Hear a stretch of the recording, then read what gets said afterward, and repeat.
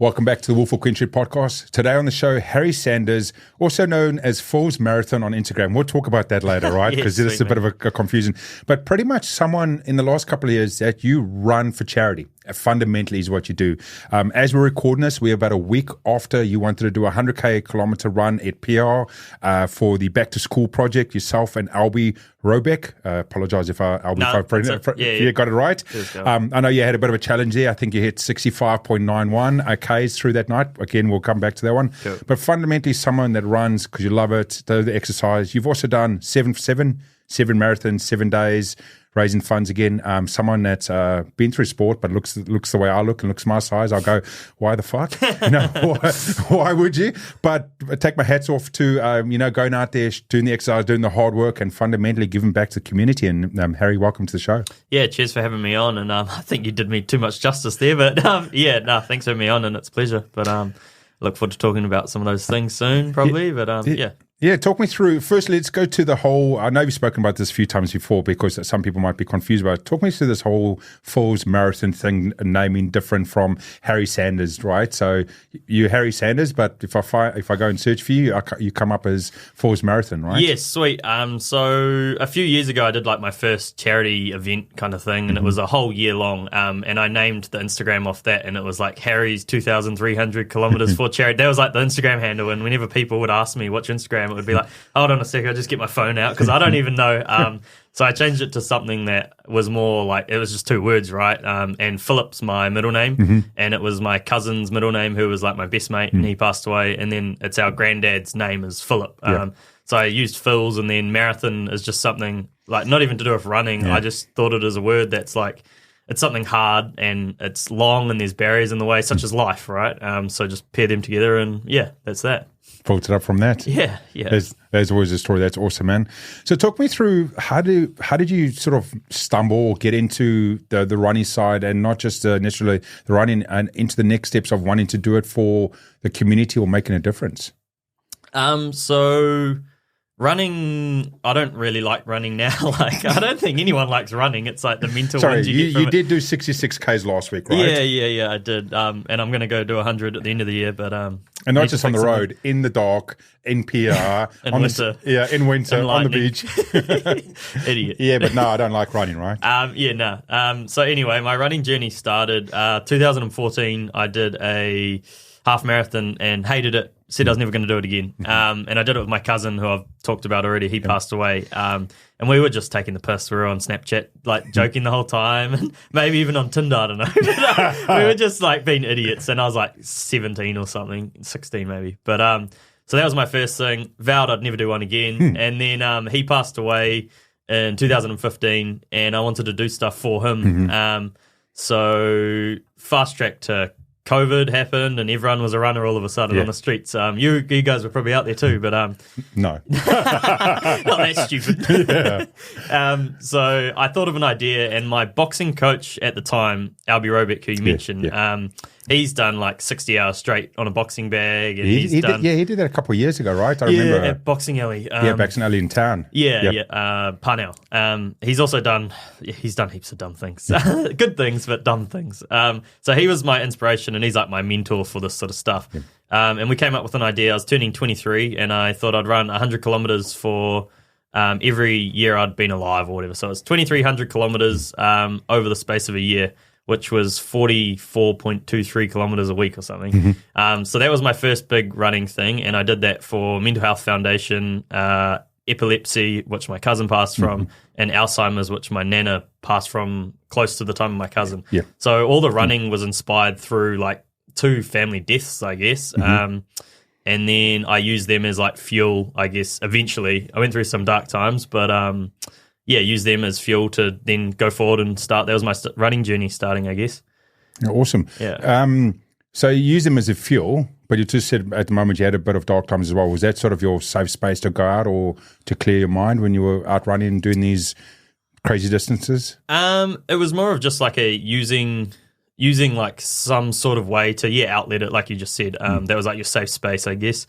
But I did other sports before that as my release, I guess, from all those times. But the running was just something that worked for me, I guess. It's worked for me along the way. But No, that's amazing. And then, so you did that. It's obviously gone through a couple of ones. You did the 7 for 7, or however you call it. What was the thought pattern behind that? So I was coming off the end of the 2300 Ks, which was for the year long. And I was like, I want to keep the momentum and do something else. And then that next lockdown hit in 21. It was like August or something. And I was like, that was when I was changing the Instagram name. And I was like, marathon's in the name. Maybe I should do a marathon. And I was like, nah, that's too easy. Yeah. So why not do 7? And 2 months later, I was doing 7 and 7. So, yeah, that was the thought behind it. It was literally, pretty quick and easy. But I'm not shaking my head as in like, you did the right thing. I'm shaking my head as in you batshit crazy. But, but that was hard, yeah. So you must know the Iron Cowboy, James Lawrence, that, with his challenge. Ever thinking of doing a month of marathons maybe? I am thinking of either doing 50 and 50 or like a New Zealand run, it's like essentially 50 and 50. So 50 marathons in 50 days. I've been talking about it with a mate who we might do it next year for like mental health, for I Am Hope or something like that. Awesome. But yeah, that'd be a big planning event, like, because you got to get in contact with all like the councils, the roads, and get the approval, and it would be in next year if it happened. But yeah. And would that be like, if you did that, your thought pattern, would that be from a point low down or from here down, or would it just be you've been doing a marathon in the same location every day? So I'd do like a New Zealand run, so I'd go from top to bottom or bottom to top. So it'd be like a marathon each day, and the idea.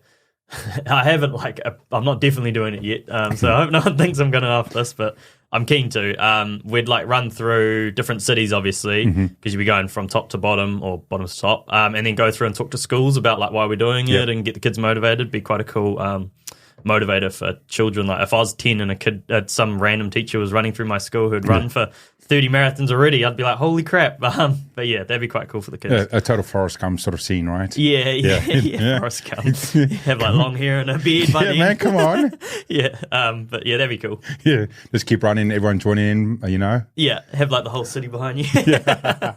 Oh, look, there's total ways. Didn't Jim Hunt just...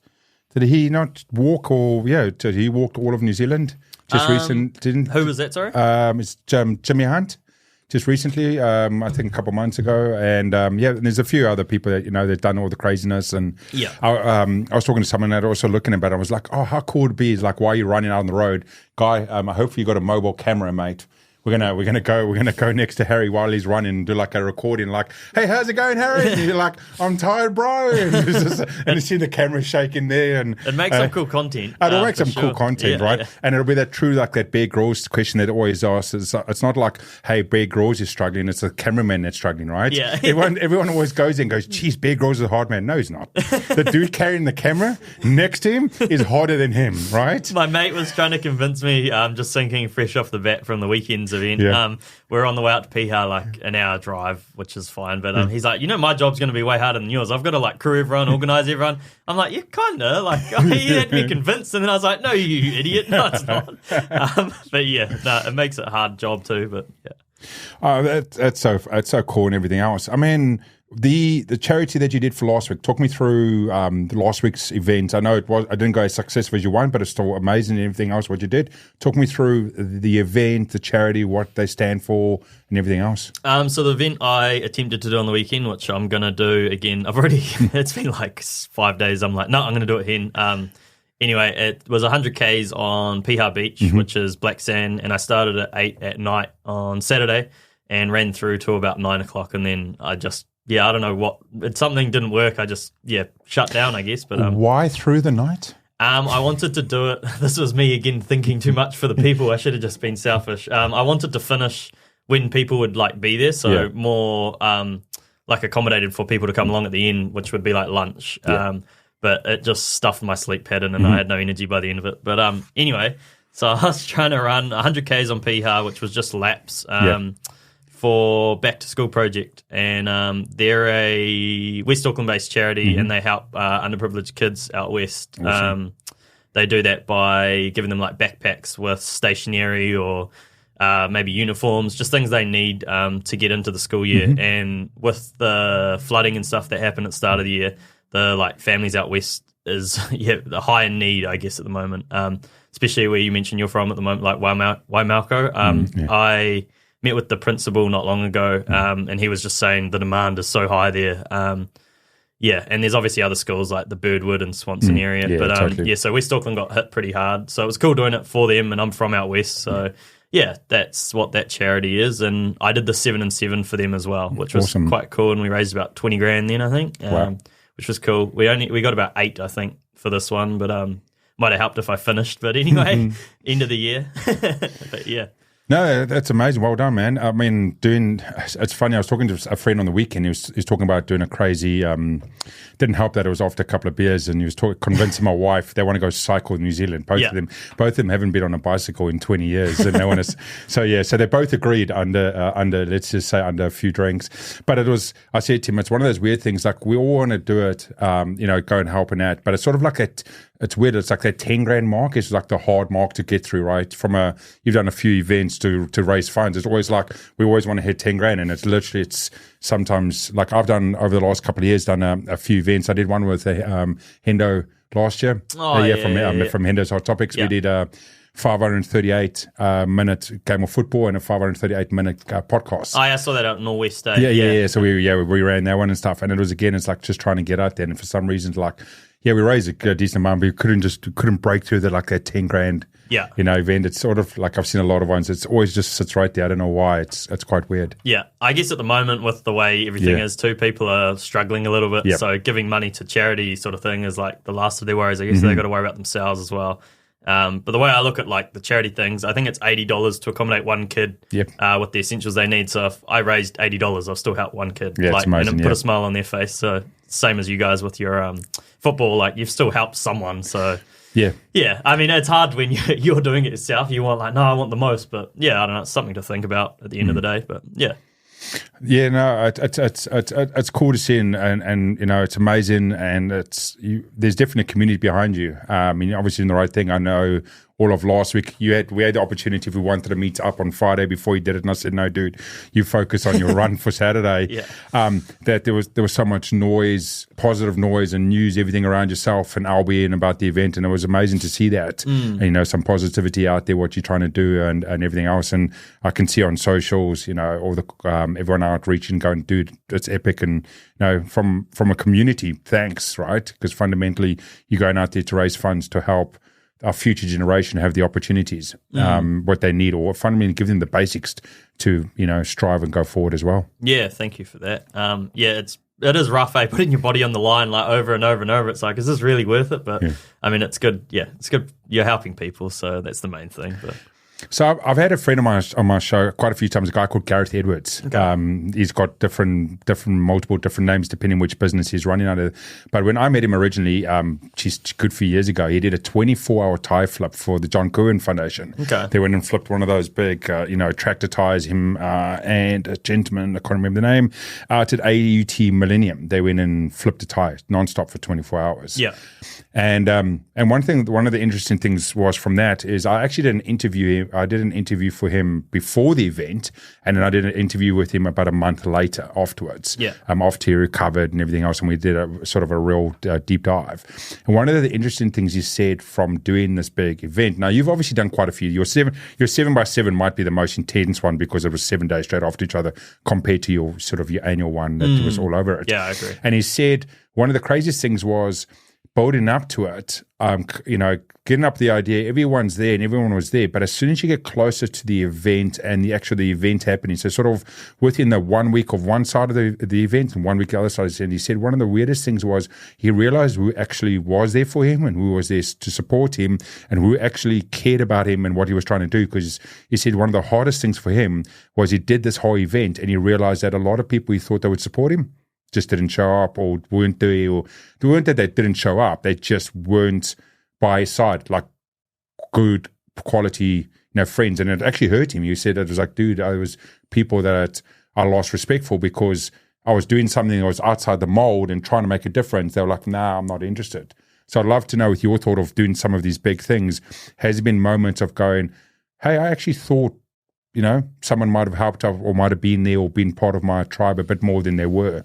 Yeah, I guess that comes with everything. Like, prime example for the 7 and 7 one, like people would be like, oh, I'm too busy, but it was like, I'm out here for 8 hours for 7 days in a row. Don't tell me you're too busy. Like you got the weekend and it's around Christmas, so you're not working. Like bullshit. But yeah, so the sorts of things like that, you did lose respect for people.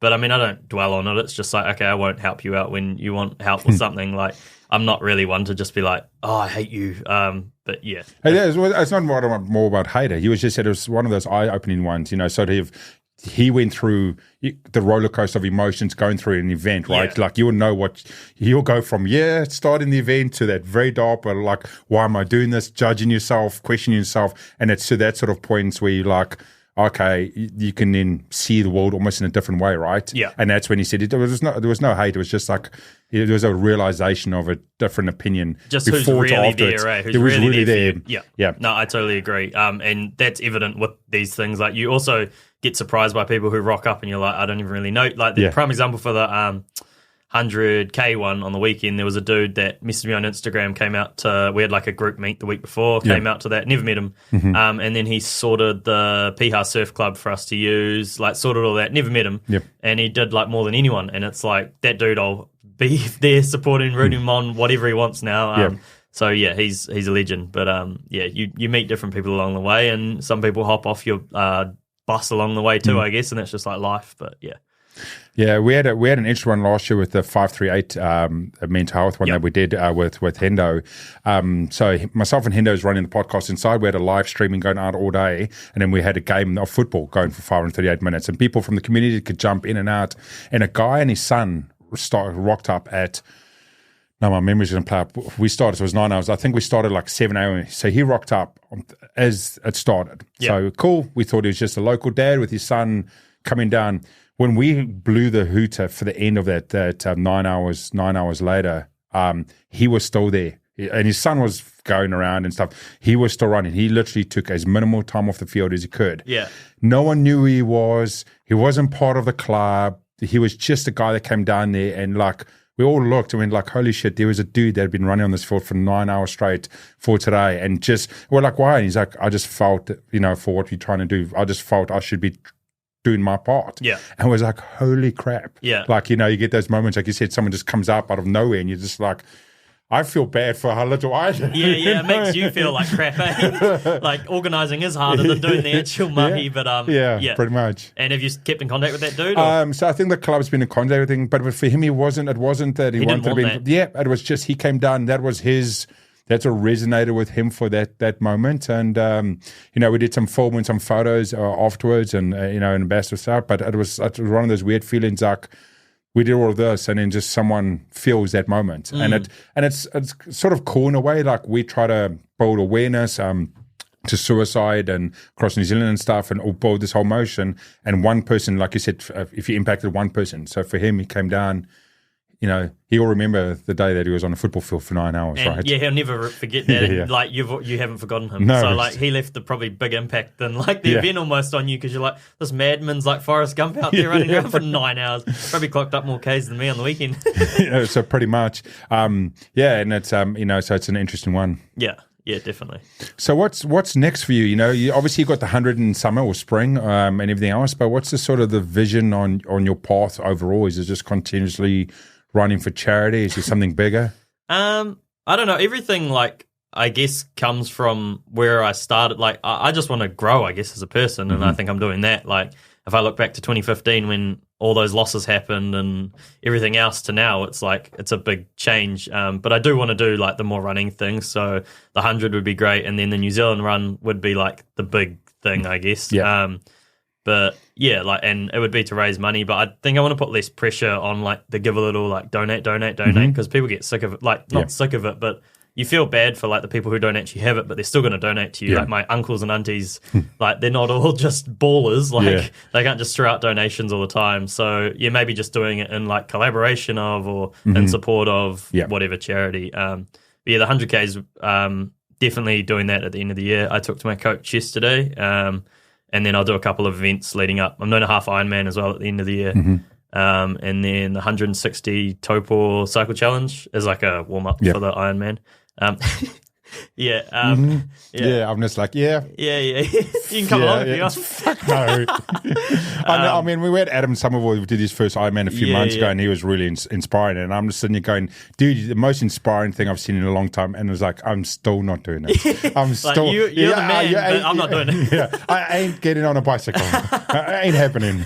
We could get you some nice little pink lycra tights. Dude, I've worn the worst thing shit in the world, and the lycra doesn't scare me, the bicycle does. It's that little seat right up. It's horrible. But yeah, so I'll do those, and then I don't know, like I don't want to overload, like get to this one and then finish it and then move on. Otherwise you just become overloaded. And is it more, is it more to do more extreme, more the running, or is it still based on to make a difference to the community? Where does it sit, or is it a bit of both? Well, I guess like I talked about this a while ago with someone, but like I do it for charity and I do it for all the charities I want, but at the end of the day, then like the charity's not going to drag my bones through 100 Ks. And with the marathons the same, like I'm going to want to have to be there doing it. So I do want to do it. Like there's like a burning desire to do that. And I've got quite an addictive personality where like I'm glad I'm doing it for the right things now, because I used to just get on the piss and do all those dumb things. But so like staying in tune with that, I guess, to get me through. But you should go try and do the Riviera Rampage. I've got mates that are the MCs. Oh, this dude I know, Eugene, he's got Dirt Church Radio, trail running dudes, but they do all the radio and promotion for that. It's nuts. Yeah, because that's what 7K loop, right? And an hour. Right? And then you keep running. And then have you seen the dude who the Australian Sam Harvey? Yeah, it's a Kiwi guy. Yeah, he just did 640 Ks or something. It was like 101 loops in Aussie. Then flew. I think it was back here, and then did So this is one weekend. The following weekend, that makes me feel like a pussy. The following weekend, he did 380 and won that. So he did, like, it was just under 1,000 Ks in 2 weeks. No. Nah. No. I'll cheer. Yeah, I don't know how he's still alive. I'll come with my pom-poms. I'll get in anything. Clown outfit if you want. I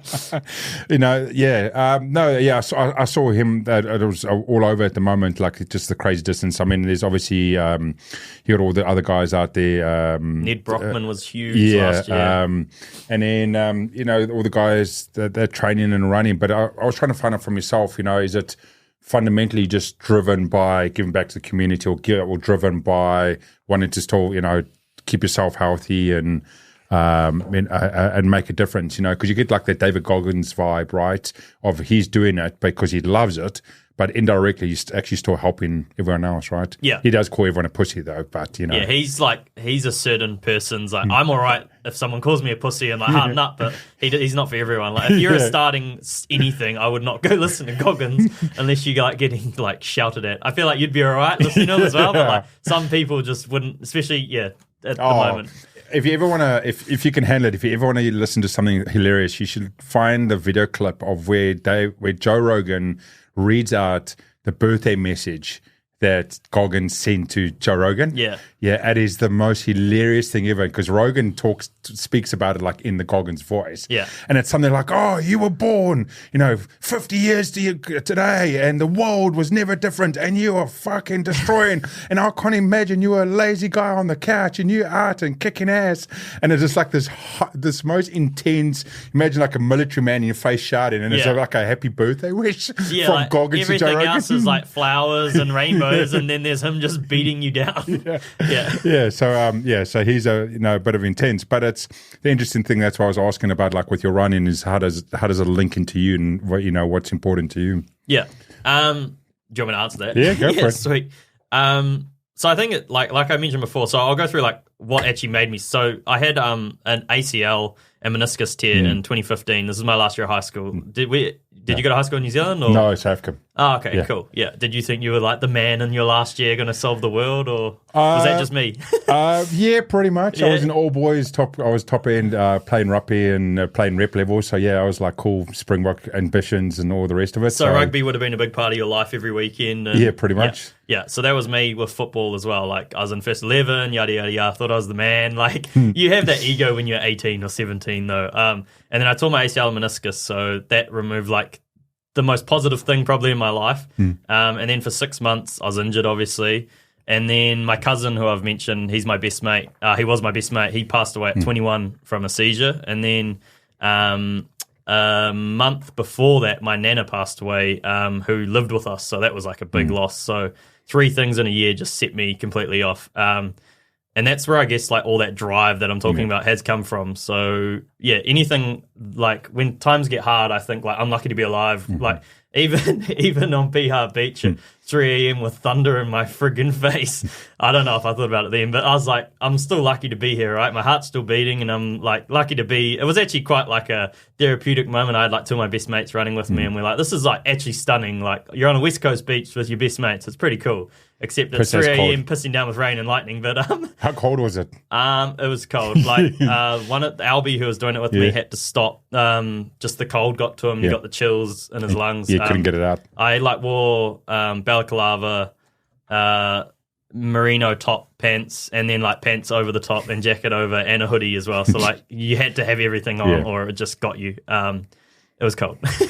But anyway, so like just thinking when things get tough, like you got to be dark with yourself, and you got to be vulnerable and honest. Like I'm lucky to be here. I'm lucky to be alive. They're not here, and they'd kill to be here right now. So that's I think where that drive and the passion for the running comes from. And like when it's getting hard, and you want to quit. Although yeah, I don't know what happened on the weekend. Just mentally, I just shut down. But anyway, it happens. Yeah. It's okay. You did amazing, man. So don't beat yourself up. I know it's likely it's working at you more than it should be. Yeah. So you spoke about just early in the show about you obviously went through some dark times and everything else. You're still working through. I ask this question more openly because I want the community that we live in to be able to ask it. Is you still having any mental health issues or anything you're working through, or all good and everything else?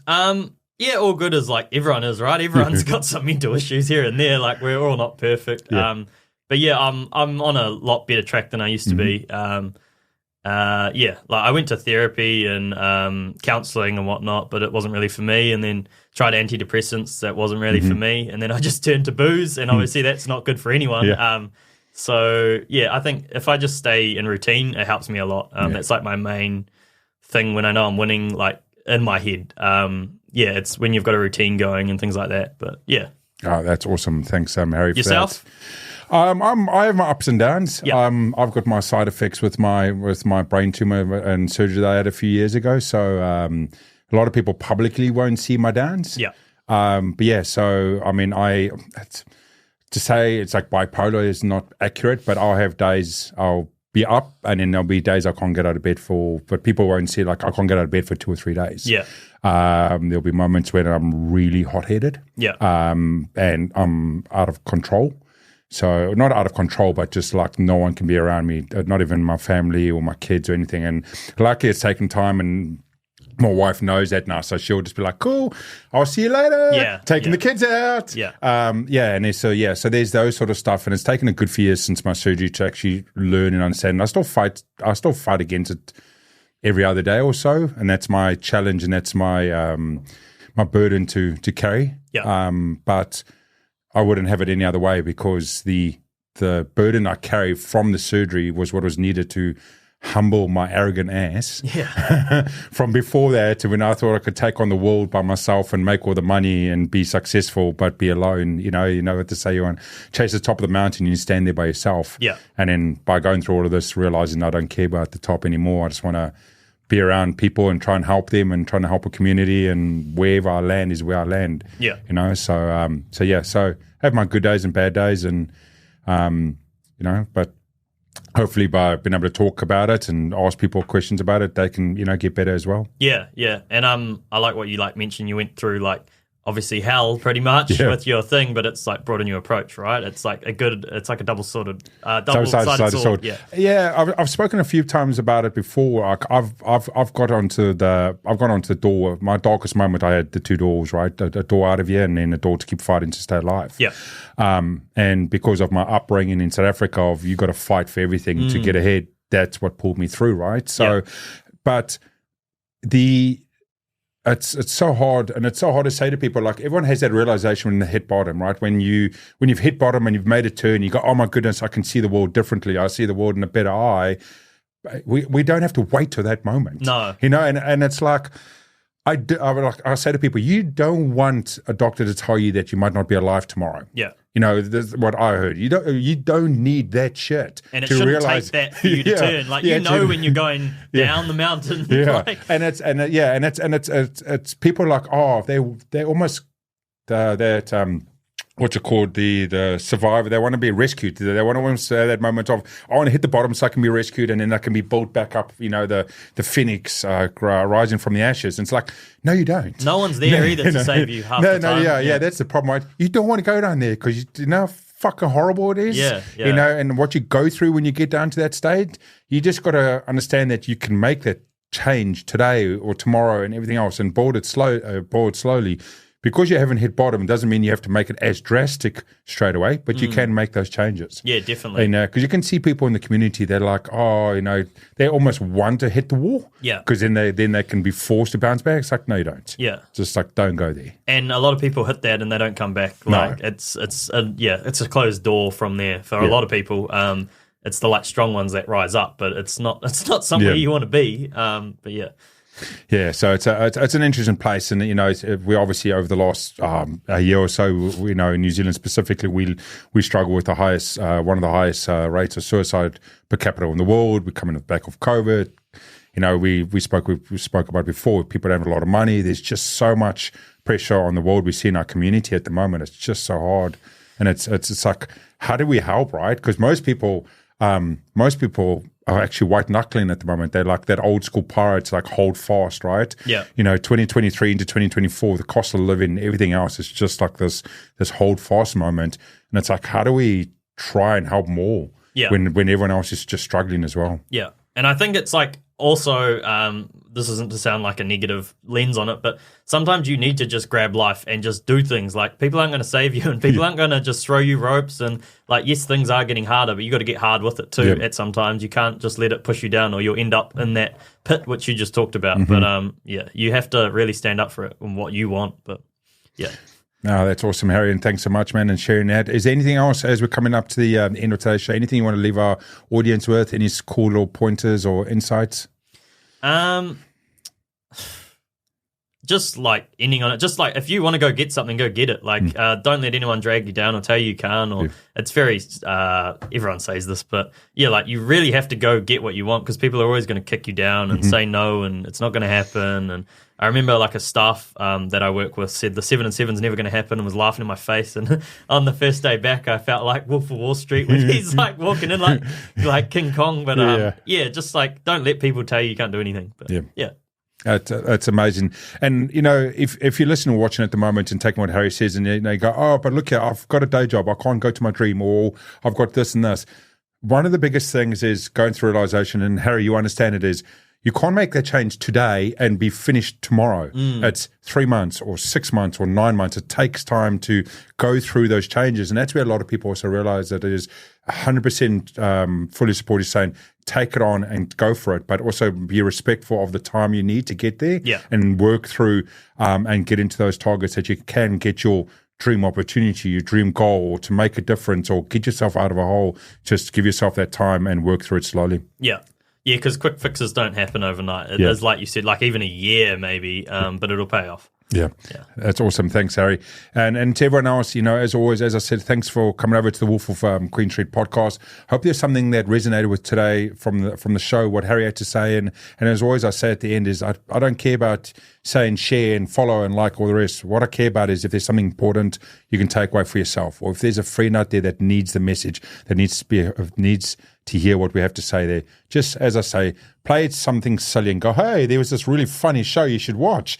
Look at this. And then let them fool them to come and watch it. So hopefully it can make a difference and see and try and change their lives. Because fundamentally, we as a community need to stand up, help each other, and try and support each other while we struggle through the times we live today. And hopefully we can all make a difference. But as always, thanks for coming over the Wolf of Queen Street, and hope to see you again.